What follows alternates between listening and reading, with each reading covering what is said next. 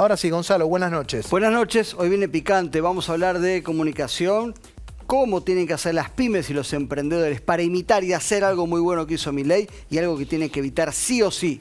Lo contamos en un rato.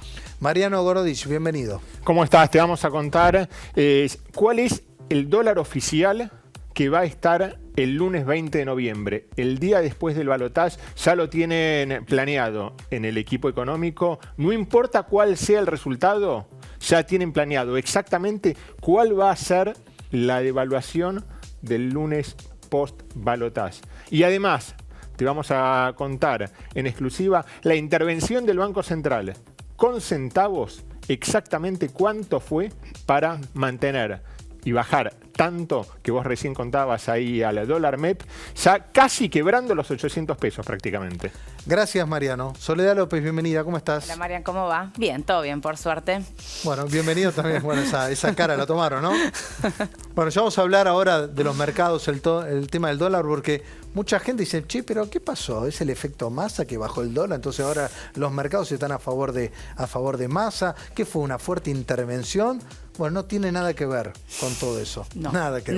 Nada que ver. Nada, Ninguna acá no tiene el efecto. Sí tiene el efecto, por ahí se esperaba algo más de Milei o lo que pasó por Juntos por el Cambio, pero no tiene nada que ver que los mercados están festejando hoy lo que pasó con Massa, así que te va a contar Soledad también para que no te asuste. ¿Qué pasó con los CDR, con los tipos de cambio? Tenemos que hablar de todo eso y entender qué es lo que está pasando, porque si no lo primero que te genera es miedo, una baja abrupta de si hacer a cobertura y de repente mirá lo que está bajando. Bueno, hay que entender cuál es el concepto de lo que está pasando hoy y cómo encararse. Vienen semanas difíciles. Buenísimo, Soledad, un ratito lo vamos a estar hablando. Dale. Esteban Domecq, bienvenido. Gracias, Mariano. Bueno, difícil, ¿no? Porque ¿cómo puede ser que esté tan atado la economía, ¿no? a todo el electoral, con todos los problemas al rojo vivo que tiene la economía? Y uno se pone en los análisis, ¿cómo sigue todo esto? Porque ya ahora Juntos por el Cambio está corrido, porque perdió, pero por otro lado ahora está con la alianza de Milei.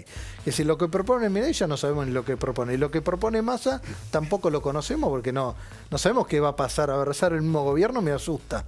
Va a tomar la misma medida, me asusta igual o más que Milei, si querés.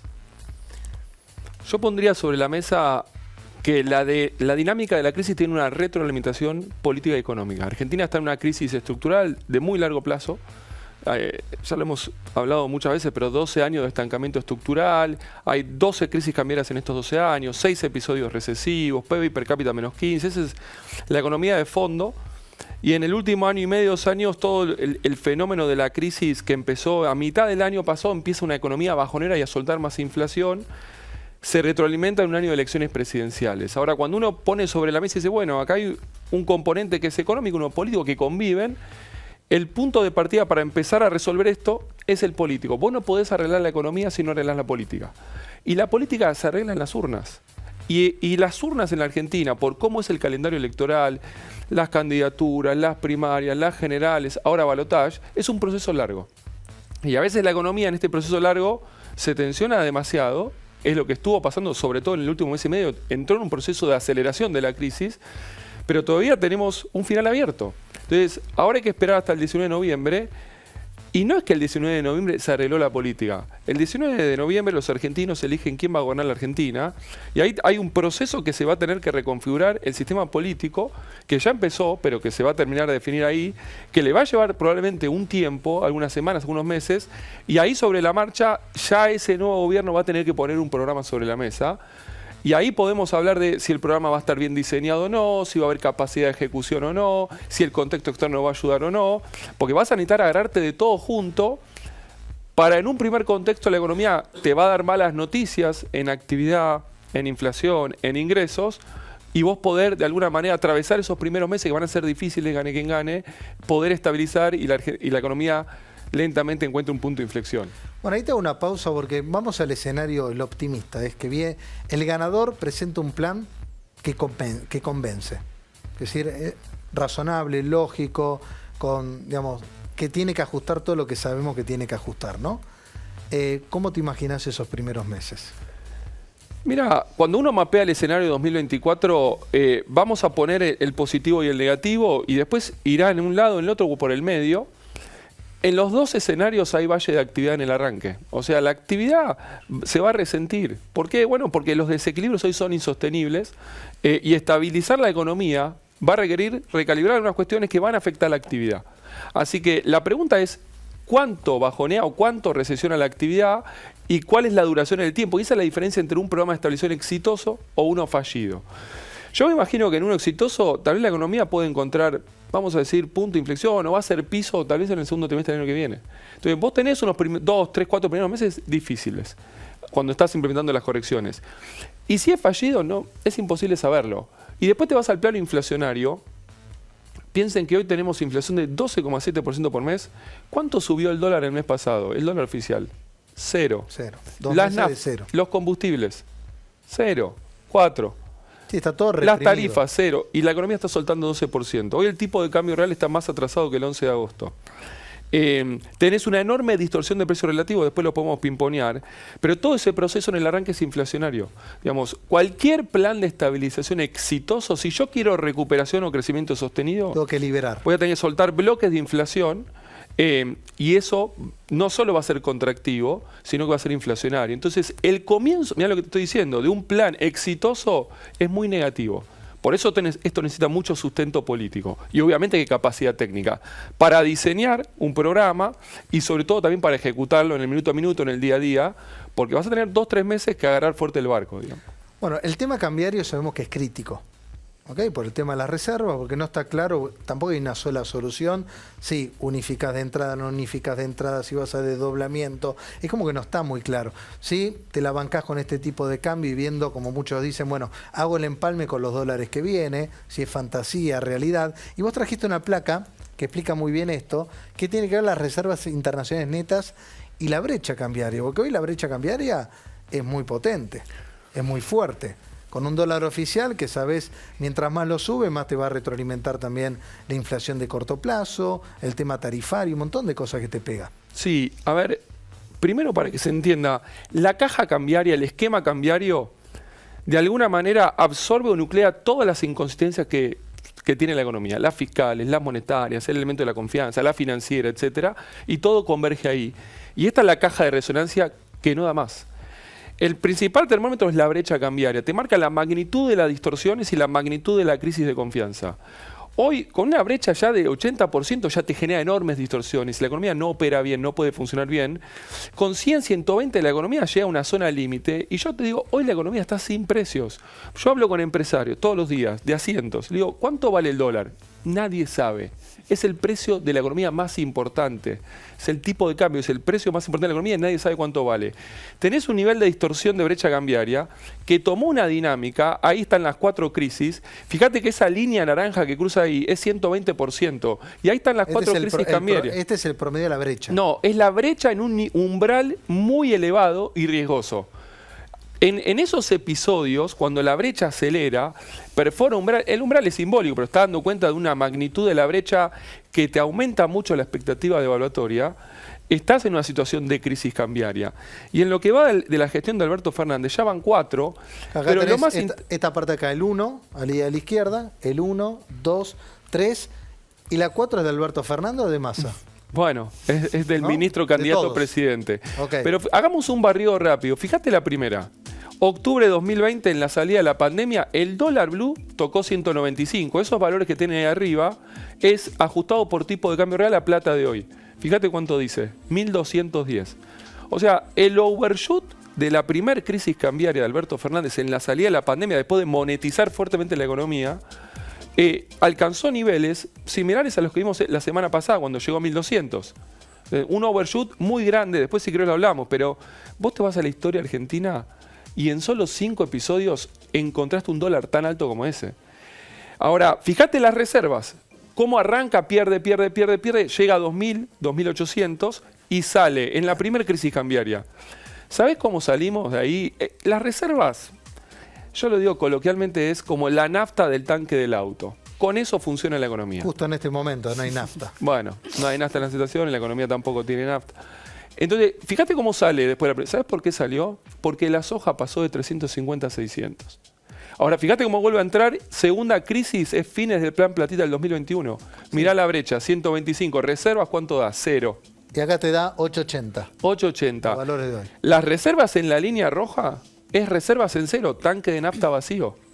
Salimos con quién? Salimos con el FMI, un programa mal diseñado, sin consistencia y sin respaldo político. A los 6 meses estábamos cambiando en la tercera crisis cambiaria al ministro de Economía. Fíjate las reservas, se van a 0 de vuelta, la brecha 140%. Y después, fíjate cómo aceleran las reservas y salen. Los famosos dólar soja. Dólar soja. Dólar soja, lo hemos dicho acá, el dólar soja no resuelve el problema, es un adelanto de sueldo. Anticipa liquidación, te faltan más mañana. Y mirá cómo entramos después, a partir de abril. Cuarta crisis cambiaria. ¿Y dónde está el rebote? No salimos nunca. Seguimos acá. Menos 10, menos 7. Sí, y ahora hay que pagar al FMI. Vas a estar menos 11.000 la semana que viene. Entonces, ahí está el corazón del problema y uno de los primeros pilares del programa de estabilización, porque esto es insostenible. Y hay un dato de color que hay que poner sobre la mesa. La entrada a la hiper de Venezuela en el año 2013 es espiralización por brecha cambiaria. ¿Sabes a cuánto llegó la brecha? A 1000%. Y en 2 años entró a la hiper Venezuela. O sea, el anclaje cambiario con inconsistencia atrás, seguimos emitiendo, esto se profundiza por brecha y la inflación se va. Y ese es el correlato del otro gráfico. La inflación ya se fue con el tipo de cambio oficial pisado. Por eso decías que el próximo presidente está obligado a dar malas noticias de entrada porque esto no da para más. Bueno, lo bueno es que Goro ya sabe cuánto va a valer el dólar, porque el punto de partida para arreglar esto es sincerar el esquema cambiario. Te dio el pie, Goro. Sí, tal cual. Primero, ya se devaluó, ¿no? Al poner el dólar Fernet, como le dicen el 70-30, ¿no? Al poder, ya tenés ahí una devaluación del 40%. Hoy un dólar con la baja del contado con liquidación, un dólar de 490. Entonces, ya como que, entre comillas, no es un desdoblamiento cambiario, sino una devaluación. Ahora, lo que están pensando en el gabinete económico es, la devaluación del día post paso nos salió mal, porque devaluamos 22% y se nos fue la brecha y tuviste una inflación muy alta. Ahora, si devaluamos, es lo que están pensando, si devaluamos el día posterior a las elecciones, ¿qué nos va a pasar? ¿Qué ganamos con devaluar? ¿Va a entrar soja? No, si no hay soja. Soja no hay nada. No tenemos ninguna exportación pendiente. Fue un año tan malo para la soja por la sequía que si devaluamos no nos va a entrar nada. Sí nos va a correr mucho la brecha otra vez y nos va a correr mucho la inflación. Por lo tanto, lo que van a hacer es volver al crawling peg.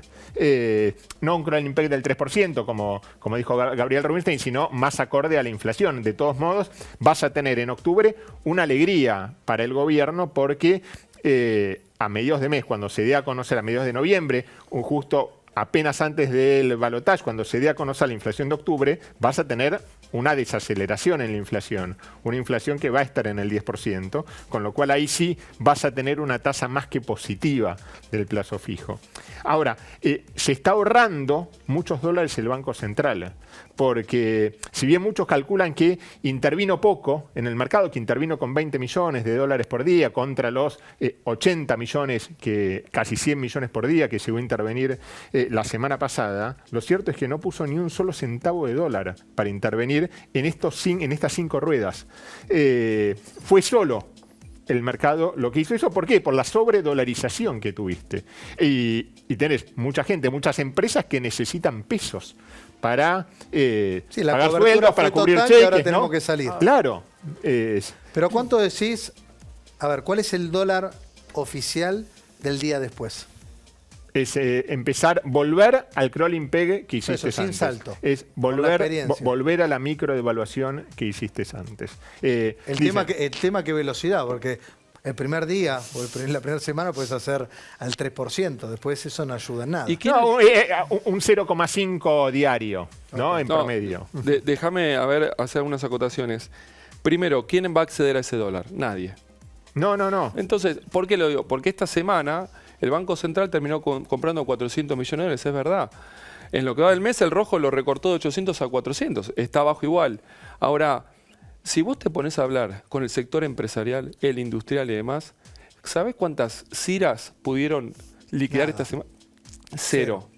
El drama que hay hoy en el sector privado importador, con una deuda que pasó de 30.000 a 55.000 millones de dólares, digamos, hoy el tema número 1, la preocupación, es cómo se le forzó esta deuda al sector privado que hoy no pueden pagar mientras tienen los pesos en el banco derritiéndose, con todas las IRAs y las IRASES, los dos bloqueos, una situación sumamente preocupante. Entonces, acá la pregunta es, ¿eso no es una solución? O sea, el crawling va a soltar inflación, vamos a seguir con el tipo de cambio atrasado sin reservas y esto va a espiralizar por brecha. La brecha va a perforar 200%. O sea, si nosotros no le ponemos consistencia atrás, el desorden monetario o cambiario, ¿qué es el cambiario? $0, cero. Porque ahora viene la estacionalidad baja de liquidación y el sector privado ya no tiene capacidad de financiar más importaciones. Fíjate el rojo de la sequía, último dato. Sí. La Argentina este año perdió casi 23.000 millones de dólares por la sequía. ¿Sabes cuánto se expandió la deuda del sector privado de importaciones? 25.000. O sea, hubo un esfuerzo del sector privado para sostener la actividad, por eso la actividad dentro de todo está aguantando. Se difirió en la entrada de la recesión de la sequía, pero mucho más espacio para eso no hay.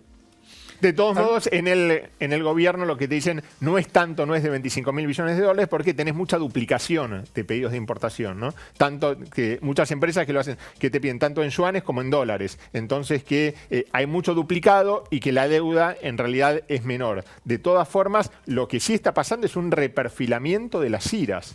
Te dan la IRA y cuando te viene el día, te la reperfilan. Y una vez que te dan la IRA y te dan todo, falla el sistema, la cuenta única de comercio exterior, la cuenta corriente, ¿no? Es la cuenta corriente única de comercio exterior. Justo hay fallas en el sistema. Hasta el miércoles de esta semana hubo fallas en el sistema de esta cuenta corriente única de comercio exterior, entonces el banco no te podía dar los dólares. Bueno, hablemos de la falla del mercado, porque mucha gente, lo dijimos al comienzo, es, che, pará, me fui al CDRs.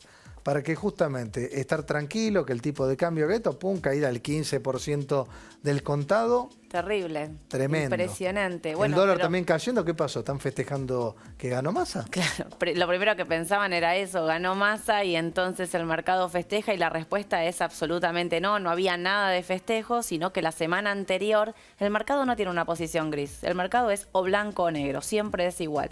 El mercado pensaba que ganaba Milei en primera vuelta.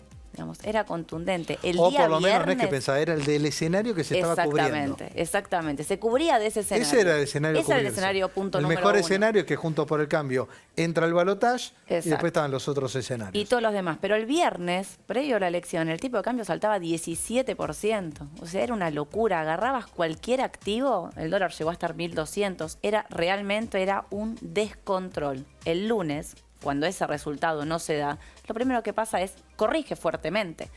Corriges el CCL, corrige el MEP, empieza todo a bajar, pero también ¿qué pasa? Tenías ROFEX, tenías los contratos de futuro volando. Todo eso empieza a bajar, todo el mundo empieza a vender. Vendés lo que tenías, lo que habías comprado hasta de más. Bajando por debajo del spot. Olvídate. Pero eso también ¿para qué pasa? Para liberar garantías. Vendés los contratos, liberás garantía. ¿Por qué? Porque del otro lado tenés una posición que cubrir.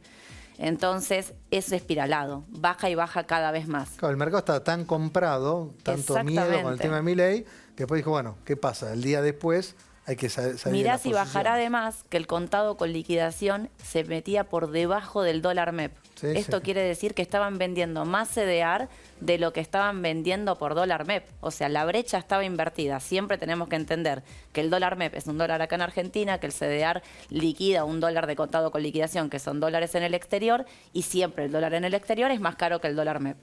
Se invirtió. Bueno, ¿y cómo sigue ahora? Porque lo tenemos por acá, el tipo de cambio. ¿Cómo sigue? Porque el 9.90 lo escucho a Esteban, dicen, che, es un dólar barato.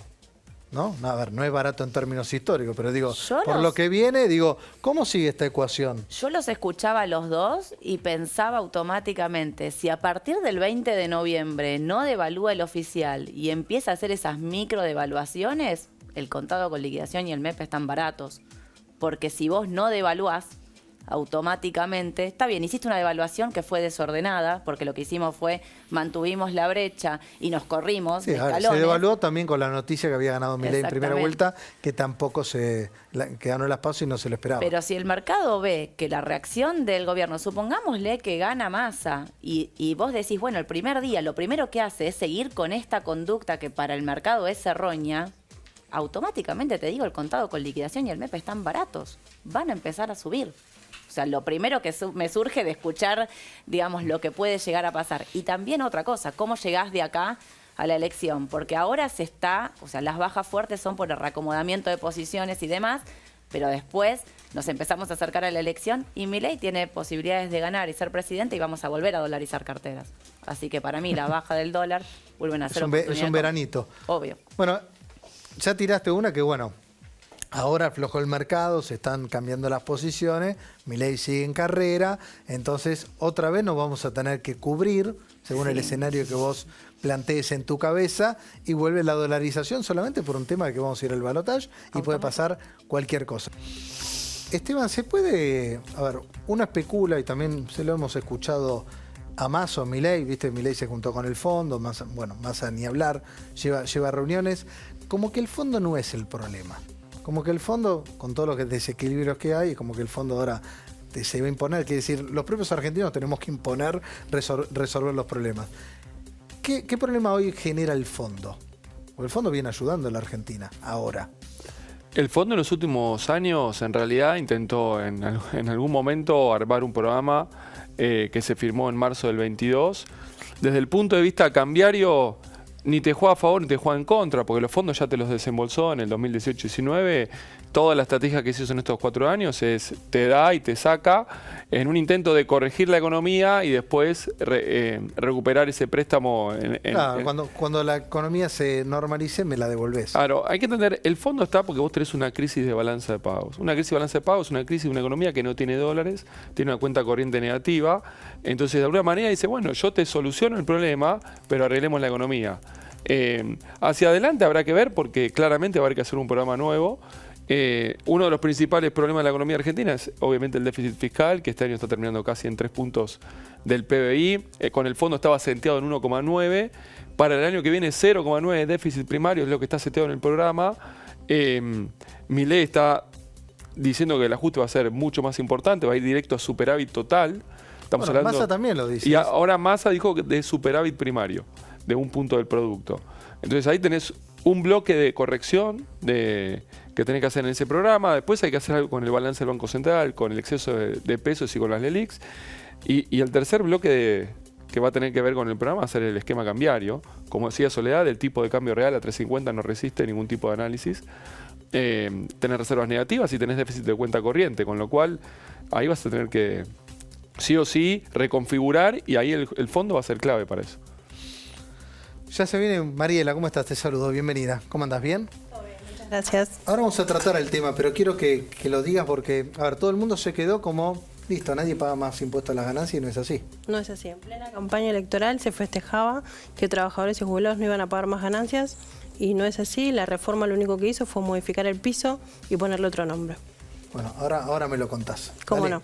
Gonzalo. Vamos a hablar de comunicación y cómo los emprendedores y las pymes tienen que imitar algo que hizo Milei y tienen que evitar algo que está haciendo ahora, y lo vamos a ver ahora.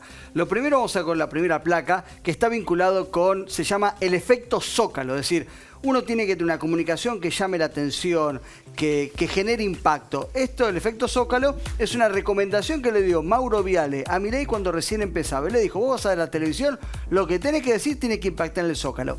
Esto es un buen consejo de comunicación porque la pyme y el emprendedor tienen que tener una comunicación impactante. Ahora también esto se convierte en una promesa de marca y vamos a comparar la comunicación de Milei, con Starbucks. Vamos a la próxima placa.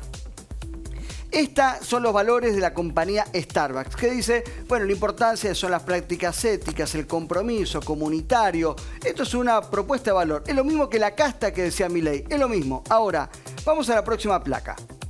Ahora, vienen las elecciones y Milei pierde. ¿Cuál es la reacción de comunicación que tiene que hacer una marca?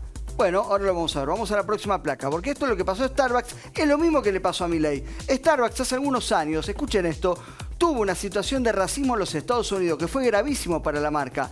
En un día, 2 empleadas vieron a 2 personas de color que estaban sentadas y pensaron que eran ladrones y los echaron. Y se armó un gran bolonqui en los Estados Unidos que puso en peligro a la marca. Las dos son situaciones de crisis. Vamos a ver cómo reaccionó uno y otro. Vamos a la próxima, Milei.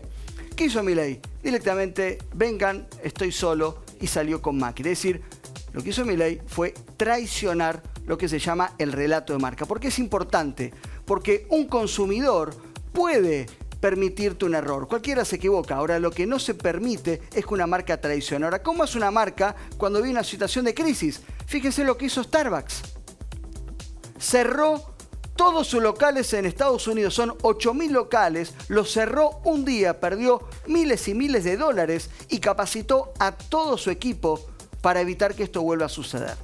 ¿Por qué estamos contando esto? Porque una empresa, un emprendedor puede generar una comunicación disruptiva. Ahora tiene que ser claro que eso es una comunicación impactante que la tiene que sostener. Por eso es importante que las marcas, los emprendedores, tengamos un relato de marca, una comunicación coherente, consistente y consecuente. Ahora, lo que está haciendo Milei en términos de relato de marca es básicamente traicionarse. Por lo tanto, es muy probable, esto es una opinión, que se termine bajando el balotaje. Porque la situación que ha creado es una situación de disrupción y traición a su propia base electoral. A ver si ya me escribió Milei. Esto desde la comunicación, a todos los haters que me van a insultar, es desde la comunicación. Porque Milei lo que tendría que haber hecho desde la comunicación es decir, señores, voy solito al balotaje, mantengo que yo con la casta no me meto y voy adelante. Y si pierdo, voy 4 años después. Lo que hizo Milei, y esto va para lo que hizo Milei y va para Zócalo, se convirtió en la casta. Desde la comunicación. Si se baja Milei y Gonzalo sale en todos lados, ¿eh? Bueno, gracias Gonzalo. Bueno, Mariela, nos metíamos recién en el tema del impuesto a las ganancias, que acá pongo que la ley 27725 eliminó la cuarta categoría, que es el impuesto cedular y quiénes quedan afuera de dicho impuesto. Te vamos a contar lo que... Por ahí te quedaste con el eslogan, se eliminó el impuesto a la ganancia y no es así.